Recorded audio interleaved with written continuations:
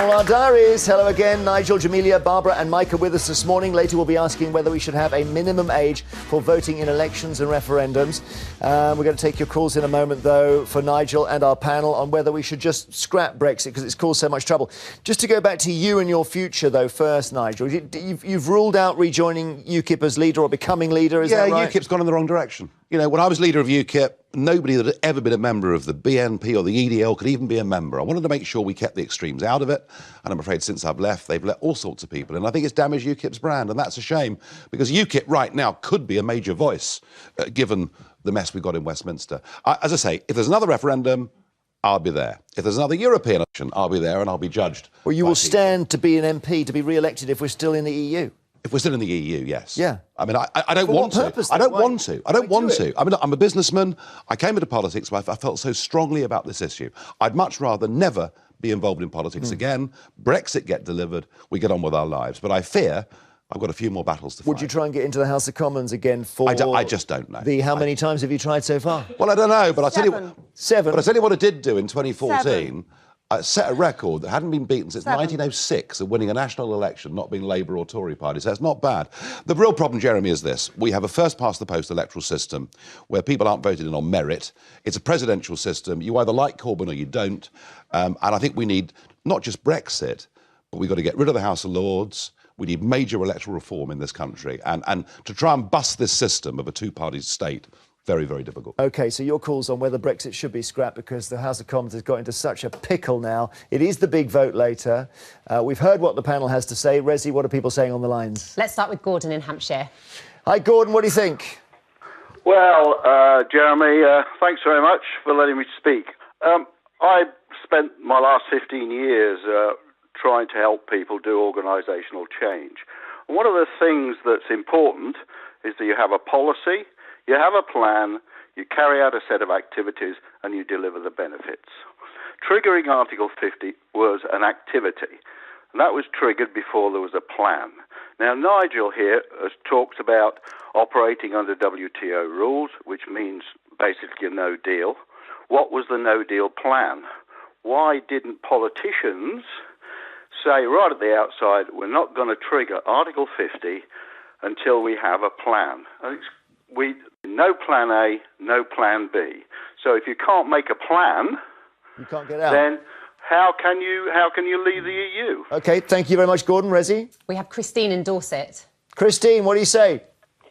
I don't believe we should. I mean, we should definitely not halt Brexit.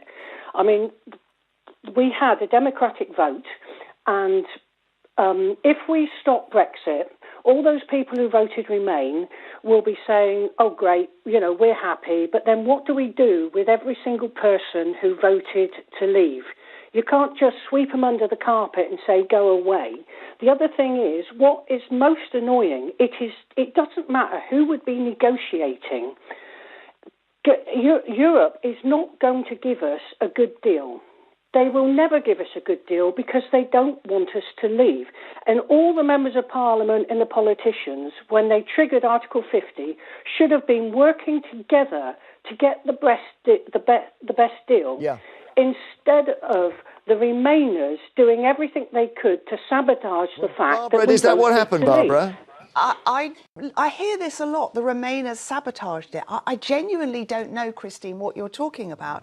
And you mentioned Remainers would be happy and they'd celebrate if Brexit was scrapped. Actually, I think we've gone beyond that. I think the nation is hugely divided, and I don't think we can go back on that divide. I think there's a lot of healing to do.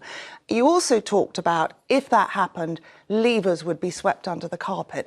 Well, do you know what? The problem with the referendum is that 52% at the moment has become 100%, and 48% has become zero. We are all people in this nation. We all count whichever way we voted, and that's not happening in the political discourse. Christine, thank you. Rezi? Ian from Lancashire is on the phone for you now.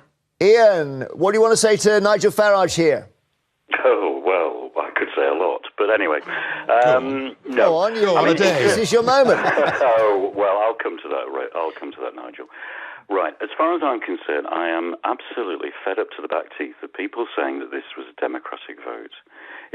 Yes, all right, there was a vote and it was held in a democratic way. What? The problem I've got is that actually 27% of the electorate voted for Remain, 27% voted to leave, 25% of the electorate voted to remain. The rest didn't vote or spoil their ballot papers.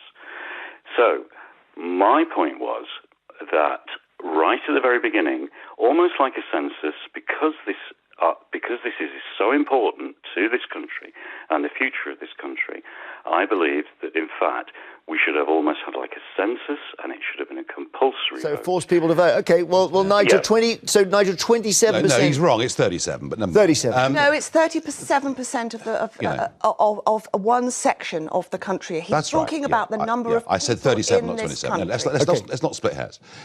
Look, the point is, Right, it's 37, not 27. All right, I'm right. End of conversation. Okay. Here's All the right. point. Here's the point. That's the system we have. If you think we should move to a situation of compulsory voting, I have to say, in many ways, I find that objectionable. I don't want the state.